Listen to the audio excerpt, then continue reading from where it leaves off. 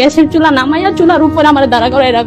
এমন সময় গেছে রান্না করতেছি, তখন মানে চুলার আগুন সেকা দিছে, এই যে আপনার খন্তি দিয়ে, যে দরজা খুলতে কেন দেরি হয়েছে।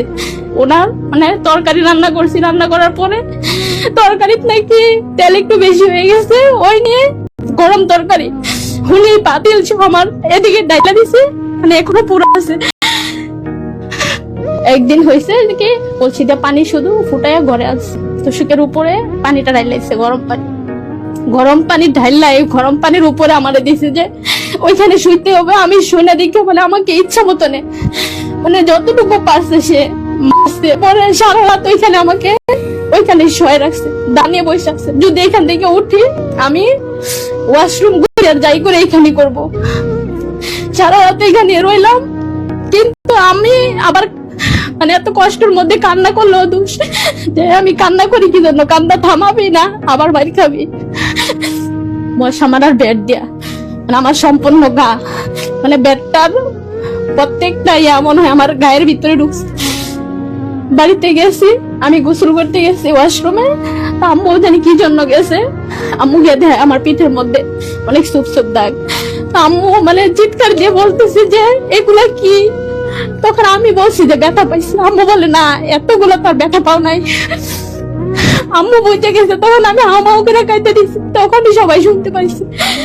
আরেকদিন গামছা নিছে, গামছা নিয়ে যা ফ্যানের সাথে আমাকে ঝুলাইয়া মাথা ফেলবে, মানে আমার মতো নারী নাকি বাঁচার অধিকার নাই।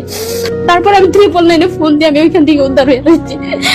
আসার পর থেকে আমি এতদিন পর্যন্ত ঢাকাতে আছি।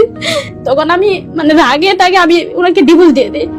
দেওয়ার পরে ডিভোর্স লেটার পাওয়ার পরে উনি উগ্র হয়ে গেছে, বিভিন্ন খারাপ কিছু না আমার ছবির সাথে অ্যাড করে ফেসবুকে সার্চে আমার মামাদের ভাইদের মানে আমার বাবা মামা ভাইয়েরা নাকি আমার সাথে খারাপ কিছু করবো, এজন্য সংসার থেকে নিয়ে এসেছে। মানে নিকৃষ্ট ভাষা ফেসবুকে লেখালেখি করে যে আমি টাকার জন্য এসে পড়ছি, টাকা সরে আমি ব্যবসা করি, এই করি, কেউ সময় কাটাইতে চাইলে আসেন, আর অনেক কিছু যা মানে বলার বাহিরে। আবার বিভিন্ন নাম্বার দিয়ে ফোন দিয়ে হুমকি দেয় এবং বলে যে তোকে এমন কিছু করছি লাইফে তোর কখনো বিয়ে হইব না, তোকে এমন ব্ল্যাক ম্যাজিক করছি যে তুই নিজে নিজে পাগল হয়ে রাস্তায় রাস্তায় করবি, নিজে নিজে আত্মহত্যা করবি। আমি বলতে চাই যে এখনো সময় আছে, ভালো পথে আল্লাহ রসুলের পথে যাও এবং আমার জীবন নিয়ে যেন আর খেলামেলা না করে। আমি ডিভোর্স দিয়ে দিছি, অলরেডি 2 মাস হয়ে গেছে, 3 মাস হয় না এখনো। আমার ছবি দয়া করে, আমার ছবি আর স্যার আমাকে আর জ্বালায়